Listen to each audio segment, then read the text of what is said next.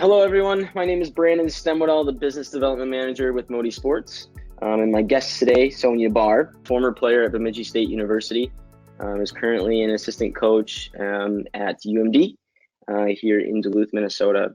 So I'm going to pass it over to Sonya to kind of give a little bit more feedback on her. Hello. Let's see. I'm a Duluth native. I grew up playing soccer at a very young age and played in high school, played club, played at the Division II college level, and now I'm coaching at the Division II college level. Predominantly taking over goalkeeping, defense kind of specialty, which is my position was goalkeeper in college. So done some courses in goalkeeping and kind of broad basic soccer coaching. So Excellent. So obviously diving into like why you got started in soccer. So like obviously here in the United States, there's so many sports that are out there, and I mean you're young as well, so there was a lot of sports that women were able to do, like before people couldn't do that. So why soccer? What got you into it? well, let's see. I got into soccer back in the mid '90s. See, I would have been about 3 or 4, so I've been about 97, 98. It was, well, one, it was cheap for my family to get their kids into soccer, and it was fun. When you're little, you just run around and kick a ball, and you're outside, so it was kind of a good thing for my parents to get me out, and I was a high energy kid, so they liked seeing me running around. I know my sister had played soccer in her youth, so my dad is a soccer guy. He's a sports guy, but he saw the youth soccer was a good thing, and I just gravitated towards it because it was fun. And my dad was one of my very first coaches in my youth, and he would teach us basic skills, and then we would play. He made it fun, so that's what kept me involved. And when I started doing competitive soccer, my dad had a rule that everyone got to play a little bit of goalkeeper, and I remember one competitive game we were losing like 13-0. It was sad. And at halftime he asked us, he's like, "Well, anyone else want to try goalkeeping?" And I kind of raised my hand and I said, "I'll give it a shot." And we probably let in maybe 3 or 4 goals, but my coach was shocked at how well I did. He's like, "You're really good at that. You want to keep playing it?" But I was really interested in playing and just playing all sorts of positions. So we struck up a deal. I would play half of the game in net and the other half on the field. And it followed me all the way into high school. And the high school coach saw something that he wanted for his program. So in ninth grade, he kept me on JV and wanted me developing. And they had a goalkeeper coach at the time. And uh, that's when I started looking at colleges. And So that's worked really out. interesting and cool. Yeah, I'd say It worked so. out that what I could do, the talent that I had, and my physical abilities, I was able to spark a coach's interest in Division II school. So Awesome. Yeah, so I mean, kind of diving back into, getting into soccer. I mean, you volunteered to be a goalkeeper and you ended up playing you made the decision to play half and half. But why did you stick with soccer? Like what about it? I mean, what made you go from recreational where you're running around and just kind of having fun to going into more of that competitive realm? well, when my dad asked me if I wanted to keep playing, and he would ask me questions like, "Do you want to keep playing? Do you want to get better? Do you want to do this at the next level?" Like, he gave me the choice, and I liked it. I had friends there, and I was able to stay active, and I didn't know what I would do if I wasn't playing sports. I was into music, and that was nice, but it wasn't as satisfying as running around or playing a sport. I think the competitiveness started growing in me, and I wanted to be more competitive. I liked, the it's kind of like playing chess, but on a big field where you Right. get to run and work with other people. It was my personality really gravitated towards team sports and being outside. I loved being outside, and soccer is just a good sport. I don't know. Yeah. It's hard to explain when I've loved it for so long, and it has a lot to offer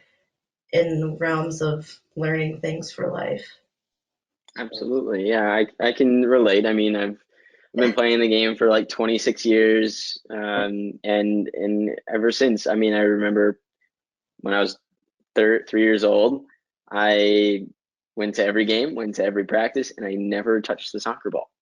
I just would run. I would run next to it. I would do. Yes, it was. So I mean, that's kind of the same thing. Like, but I enjoyed it. I loved it. And my parents were like, well, maybe he'll get into cross country, or maybe he'll do something like that. So maybe was that something that maybe your parents thought of too? Like, oh, maybe, were you the one that scored all the goals all the time, or were you the one that just was like the dominator on the field and everyone looked to you like, oh my gosh, Sonya's coming?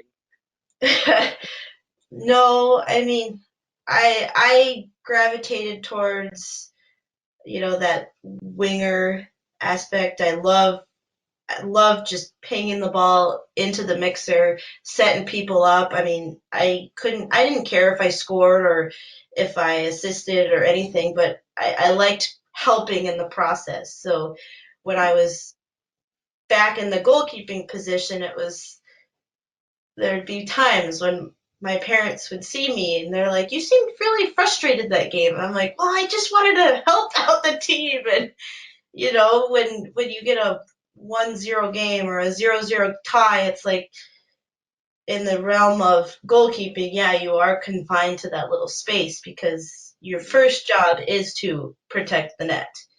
Mhm. So ultimately, I always wished for like a 3-0 win, which means that we did our job defensively and the offense did their job.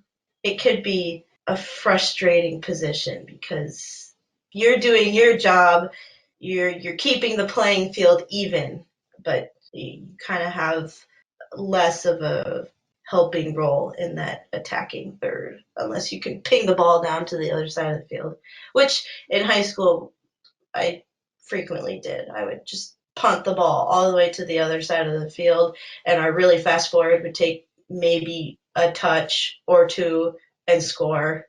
So that helps to have that in your wheelhouse too. Absolutely. So I'm also hearing as well, like especially early on when you were able to play both positions, how like looking back, so shifting from like a player's brain to a coach's brain, how do you think that playing on the field and being goalkeeper, how did they relate to each other and develop you into the more final product of being a player? Well, playing on the field, I was able to develop my touches with my feet, which was huge in goalkeeping, especially had been back in the like 80s or so. They really changed the goalkeeping aspect where when you passed back the ball, they couldn't use their hands. So they had to use their feet. And so goalkeepers that were really skilled in their foot skills were the ones playing.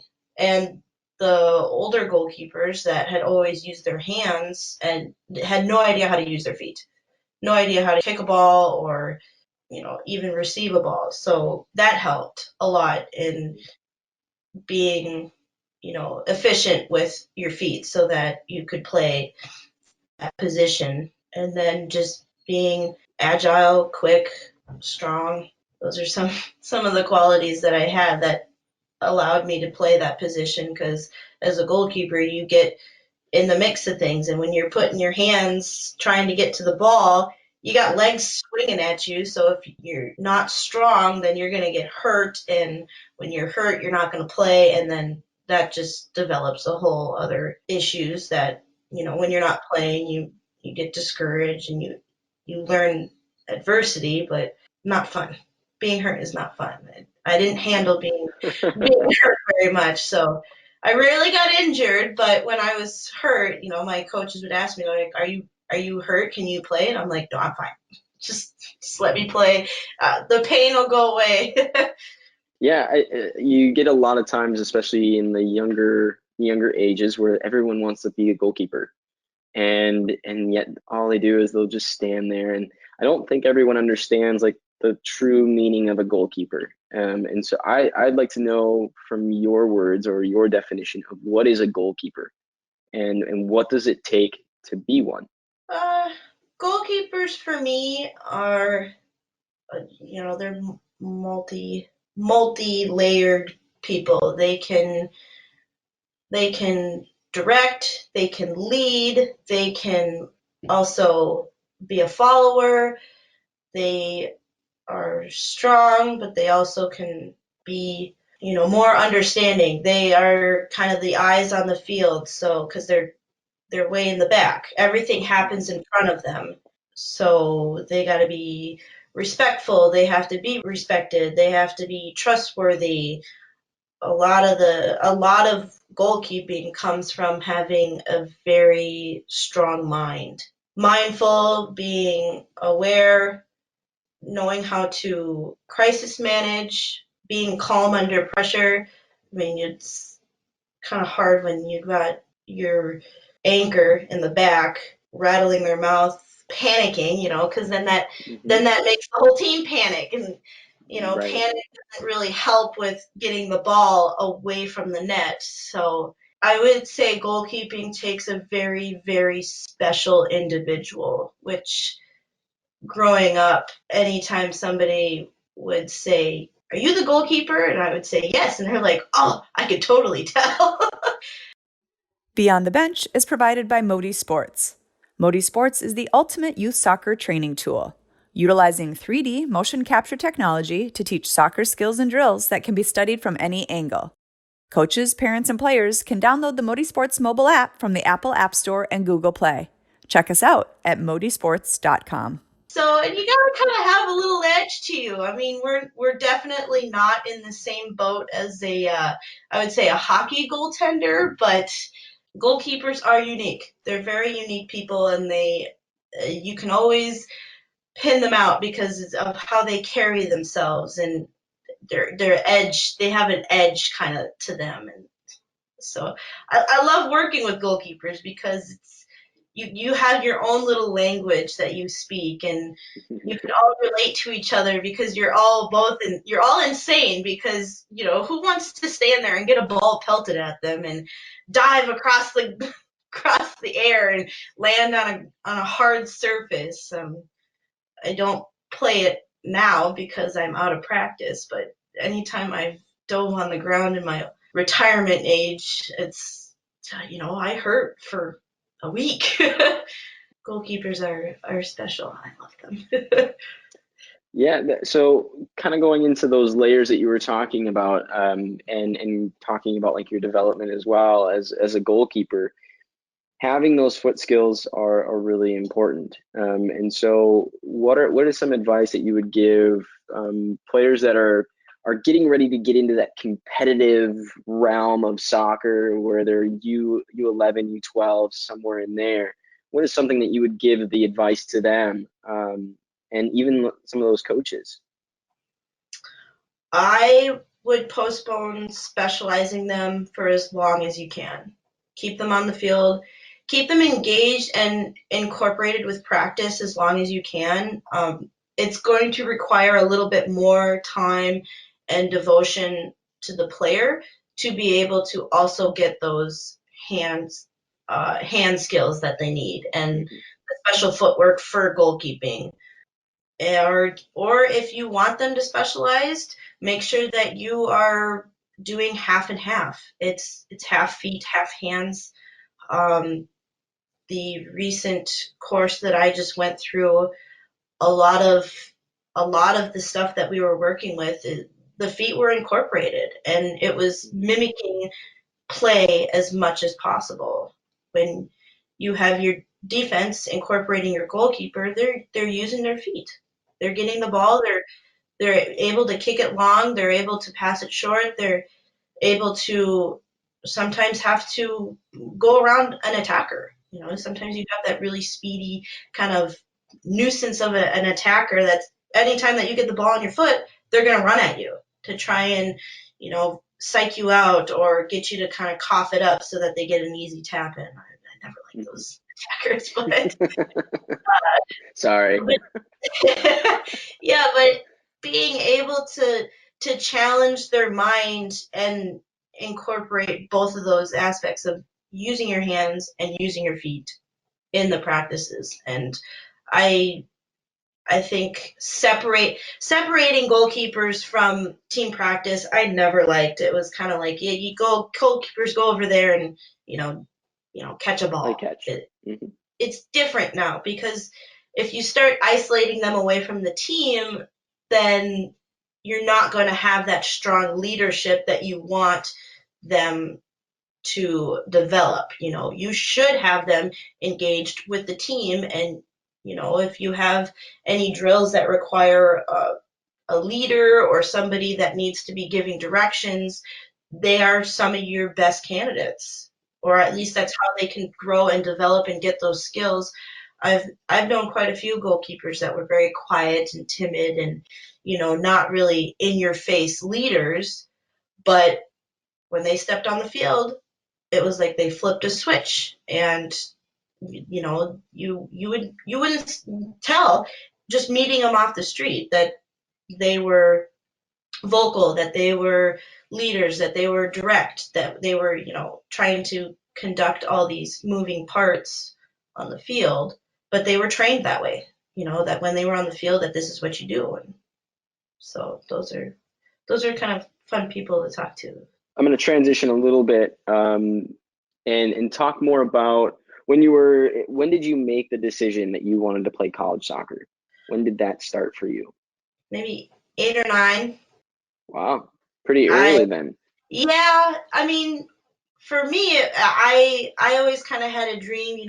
You'd watch movies, and they had college athletes. It just looked fun. I didn't know what college I was going to go to. I didn't know what level I was going to go to, but I knew I wanted to play in college. And I think as I got older and more competitive, and when it was necessary to start making that decision, I would say about 7th, 8th grade. I think 9th grade I started actually doing Olympic weightlifting and getting stronger that way and getting the technique of how to lift weights. So I think 9th grade I started the actual process of, my dad would come and film my games, and I think 7th, 8th grade I went to camps and developed my skills a little bit more. And I had people that were, especially my high school coach, that would talk to my dad and be like, if this is what she wants, then, these are some of the steps that she needs to take. And, this is where I see her playing. And so that helped me go into being serious about it. But I also played other sports, so I was still staying active, and I didn't burn out from soccer. So yeah. So there's two pieces in that conversation that I heard, and the first one that I heard is that you had a support system, and so I'd love to hear more about the support system that you have or had in your process growing up, and what each role kind of took. It's kind of a very layered question, but I'd love to hear like the people that were involved in the roles that they played in helping you in your college process. Yeah, well, my dad was he was kind of like my coach, my manager, so to speak. He would ask me questions of what I wanted. And I remember sitting in our living room, and he was asking me, Do you want to be in a place that has palm trees or cactus or pine trees or, it's just the little details he was asking me to help me figure out where would be the best place for me to go. Where would I be happy? Finding out if, the school colors meant something to me. Not a lot of people thought about that, but he asked everything. And he took the liberty to find a camera because he knew that the importance of film. I mean, we would review film, and he made a high school highlight reel for me so that I could send it to people all over the country. And so he was a very huge support person in my life for soccer. And we would talk a lot of all the traveling trips down to the cities. We would talk about that and where I wanted to go with it and things that I needed to do. And he would do all the research. I wasn't a big researcher, so he did most of the research because I had a job of getting good grades and doing well on my ACT and, just developing my skills and being the best that I could at the time. My high school coach, the first one that I had my freshman year, he was good. He talked to me about getting playing time, getting as much game experience as I could. So he didn't want me to be on a team where I was going to sit on the bench. So it was kind of nice to have that support of, we want you to play, we want you to get experience and learn what it's like to play at that level. High school was a bit different sophomore, junior, senior year because we had coaching changes every year. But then I started playing club at a different club my last few years, who was coached by a college coach.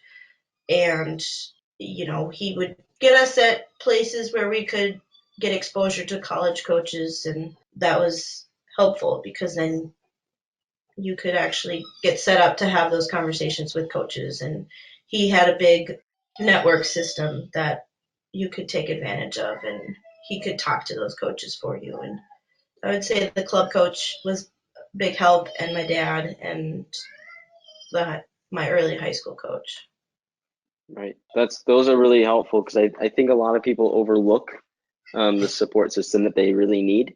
And that's a big part of the recruiting process.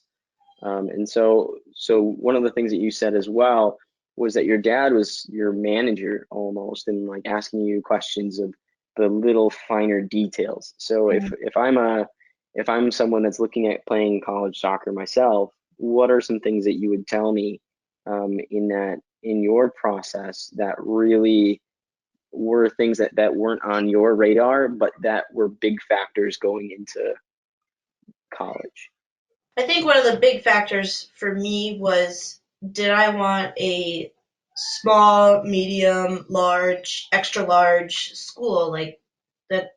That was going to put a big impact because smaller schools, maybe in a smaller city, you have less distractions possibly because they say the University of Minnesota, they have big homecoming things and they have a lot of school events that outside of athletics, if you were just going there for school, that brings a lot of people together. And they had different fraternities and sororities. I didn't go to a school that had those things, so it was just kind of looking at the aspect of how large of a school do you want to be at. I never thought about it until my dad asked me about it. Mm-hmm. And so like when you finally made your decision to go and play college soccer, how did that process look for you? When did you make your final decision on going to college where you did? I committed it was after Christmas my junior year of high school. Okay. So that process had started when I was a sophomore, when you're allowed to talk to coaches. But I had set myself up from, 7th, 8th, 9th grade film. And so again, yeah. So you said that you were going into your freshman year and then continued growing as a player, and you decided to made your commitment your December or a little after Christmas for Yeah. committing to Bemidji, correct? Hmm. Okay. And so what did that look like? So you made your commitment now to go to Bemidji. Did you tour the college at all beforehand, or did you? I believe it was after my junior season. Okay. So you went and toured there. Did you tour a lot of places? No.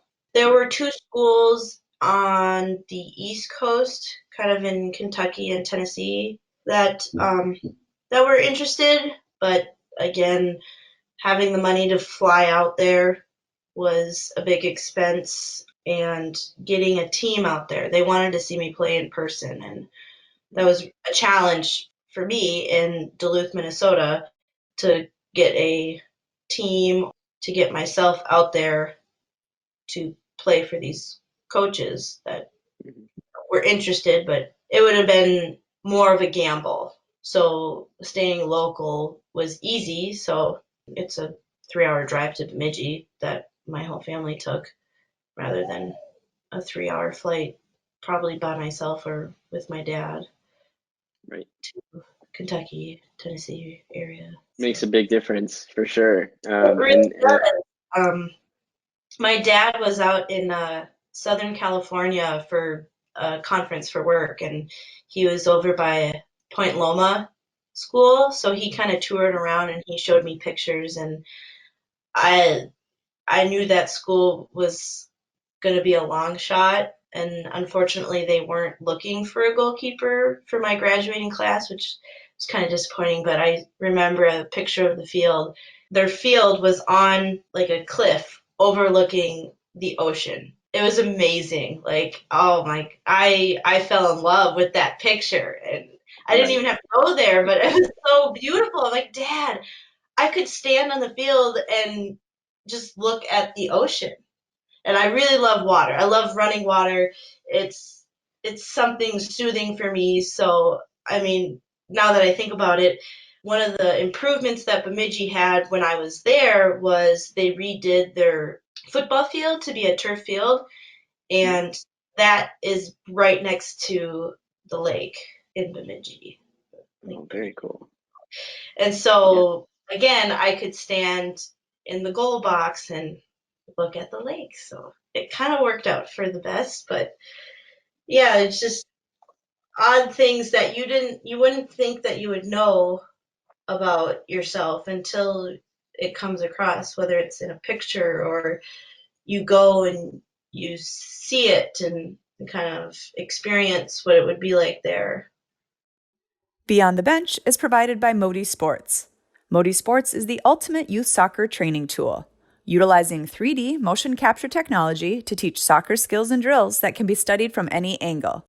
Coaches, parents, and players can download the MOTI Sports mobile app from the Apple App Store and Google Play. Check us out at motisports.com. Very cool. So let's go in a little bit more about college. So obviously college is not just where you play soccer and that's it. Like there's an aspect of, okay, well, I've made a commitment that I'm going to play soccer, but that's still considered extracurricular. What focus of college did you have going into your freshman year? I started thinking about doing nursing. So I was looking at schools that had nursing as a major, but after my freshman year, it kind of hit me where just a change in my mentality was it wasn't to disregard school or anything, but that I had one shot to play college athletics. I wanted to make the most of that. So I don't like dividing my resources, dividing my attention, because if I wanted to do nursing school, I would have really needed to focus on studying and and I would want to have done the best that I could have. I would have wanted to be top in my class, and Mhm. I just didn't want to divide my attention that way. So I switched majors to exercise science. Not that that was easier, but I had a good base of knowledge already, athletics, or not really athletics, but exercise science, having been in athletics for very, very long. And it interested me. So I was interested in it already, which made it easier for me to study and retain information so that I could really focus on being a good college athlete. And I did well. I did fine at school. I was at a school that fit me well academically. I And never that's was probably never at risk for academic ineligibility. right. And that's probably the emphasis too, is that people need to know that you still have to carry a certain GPA to be on the team. Like Mm-hmm. it's required, whether you play NCAA, whether you play NAIA, whether you play JUCO, like you have to hold a certain GPA. So I think it was really smart of you to find that balance of realizing, like, look, I have only got one shot to play here. So I'm gonna make the most of it, but I also need to make sure that I come up with a degree, right? Yeah. I mean, it wasn't like I was going to go and get a degree in not really psychology, but something that, wouldn't have helped me, after graduation. I would have graduated and been able to, go and get a job doing something like, working at a gym or, I could have gotten by with my exercise science degree. And I remember a conversation with my mom about changing degrees, and she was very worried and concerned that if I wasn't going to be a nurse, that, she just was very concerned about that. So I I let her know that, Mom, if this doesn't work out, I can always go back to school and do nursing school or do something else. Or it wasn't a in the concrete decision. It was a decision at that time, at that point, that was best for me, with a future also in mind, Yeah. which is also So different for other kids. I've known a lot of kids that are like, I want to be an engineer and I want to play soccer. mhm, Great. Engineering is a very challenging degree to aspire to and to be a college athlete. I mean, there's a lot of kids out there that are, taking on those challenging degrees and being really talented athletes. right. And so that comes down to like the time management portion of it. Like you have to manage your time differently than others, especially if you have a degree that requires a ton from you. Mm-hmm. So let's fast forward a little bit. So you're kind of wrapping up your collegiate seasons, and you're wrapping up college at this Mm-hmm. point. So where does your career take you from there? Like, clearly soccer's been a big part of your life for so long. Um, what did you want to see happen to it after that? I really wanted to go and play overseas somewhere.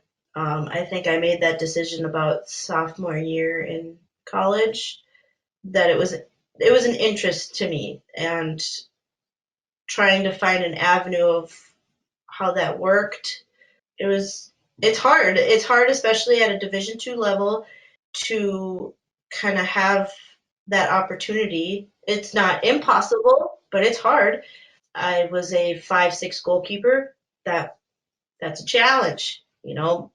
On paper, if you are 5'10" plus, coaches will say, "Yeah, we'll take you. I don't care if you don't know how to play. We'll take you." So that was a challenge.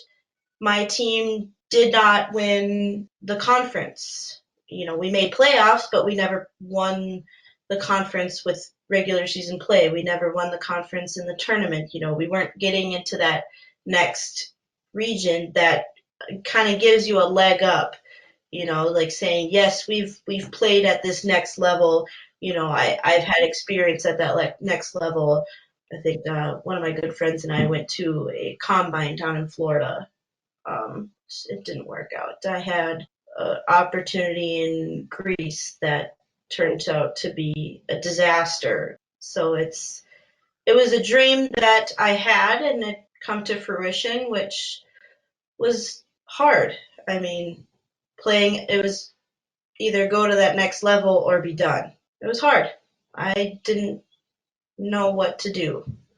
after soccer was over, and I didn't get to go somewhere else. And I always felt that I had more to offer to the sport, but it kind of changed.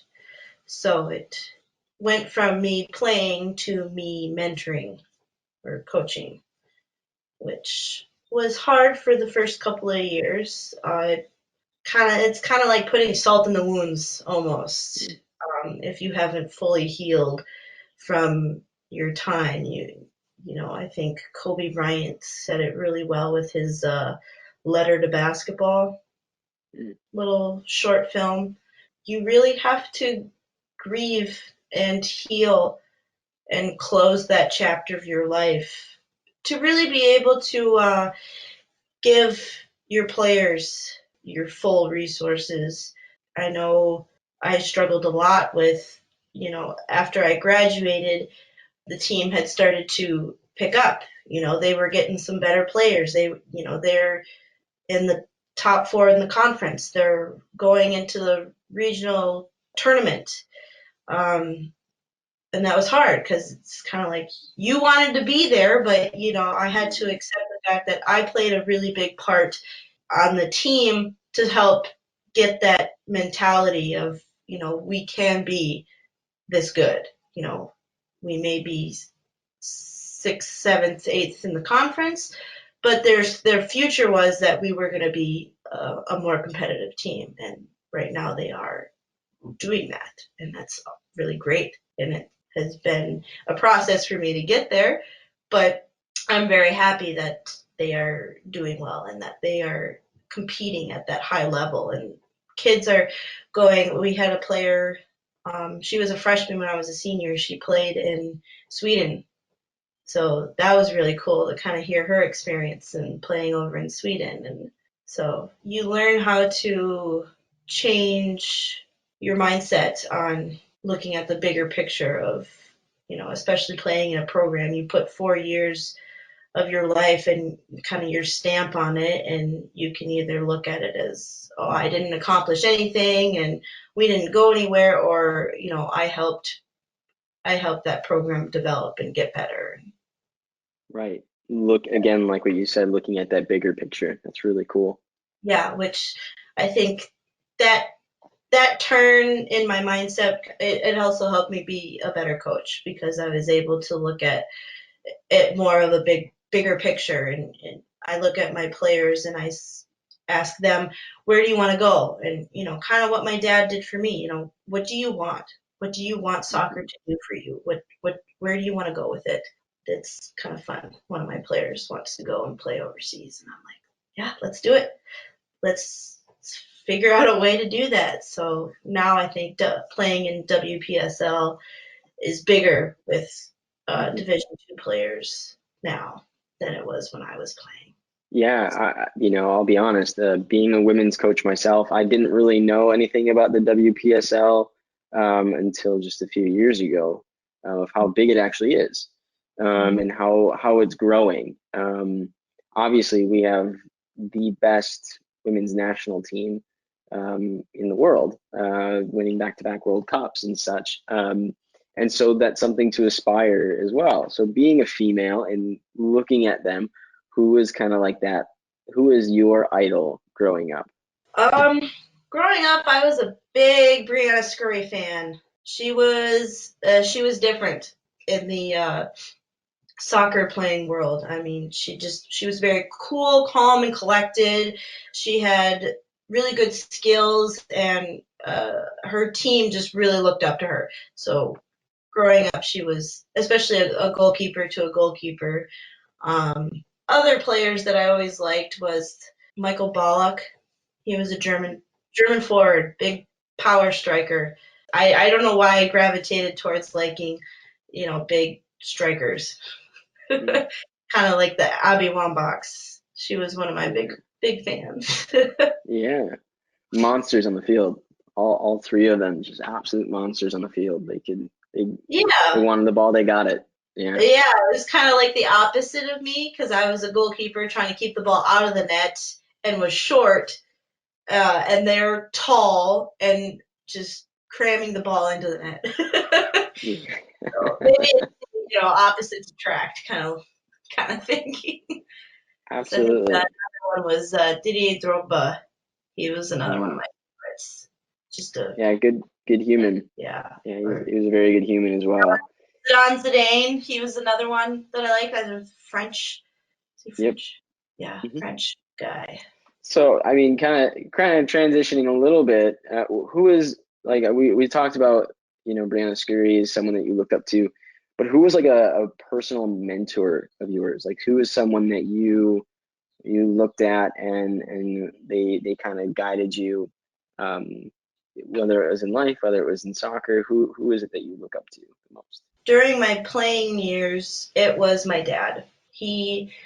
When he was in his early 20s, he played 2 years of JUCO baseball. No, actually, he played 1 year of JUCO baseball and then went to play in the minor leagues. And then when he was done with the minor leagues, after about 3 or 4 seasons, he came to UMD. He played college football after 2 years, and then he went and had a small stint with the Atlanta Falcons for the NFL. He knew what it took to get to that level. He also knew what it felt like for sports to not essentially quit him, but he was cut from the team, both baseball and football. So he knew what it was like to not like he feel like he wasn't finished.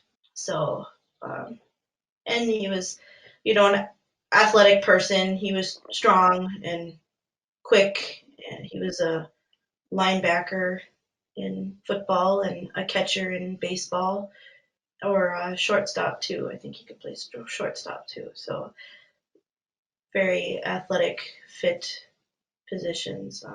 So he also helped me grow with my mindset and how to develop, essentially a sports psychologist helping an athlete. We talked a lot about film review and the importance of viewing yourself and how do you look at yourself and see what you're doing, and if it's wrong, how can you change it? So doing a lot of self-correction. He just encouraged me to figure out what I wanted and go get it, go do it. My college career was not easy. It was a lot of ups and downs, but he was always there to kind of, help me talk through it. I have to talk through things in order to sort them out. So he was definitely a major impact, major mentor in my playing years. For sure. So, kind of in closing, what is something that you would relay to other players, that are looking to be a goalkeeper or looking to go play college soccer? What is something that you would tell them, in this parting ways? Well, looking at the recruiting process, things that I wish I would have done would have been to going to colleges and universities that I was interested in and going to their camp.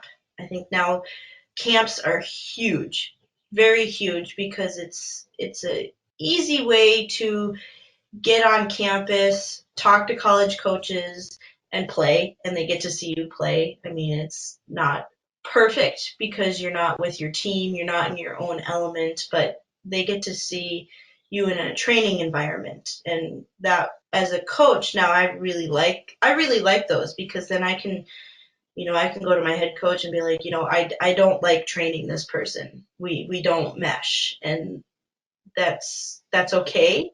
Maybe they mesh well with another coach at a different school. So it's just taking in information. It's Mhm. not looking at them as a, positive or negative. It's like any kind of working environment, is building those working relationships with coaches and being who you are. I think being truly honest with yourself and with coaches will help you be happier in the long run, for sure. See, Very cool. yeah, and work hard. I mean, probably one of the things that you can control is your work ethic. So hmm controlling your controllables and having a little faith that whatever's out of your control is going to work out. I think right now a lot of kids are really concerned about where their future is going to head because they can't do the things that they used to be able to do, like tour campuses and go and have face-to-face contact with coaches or go and play at practice. So that a lot of their development is their own right now. I guess that makes them nervous, but it's out of their control.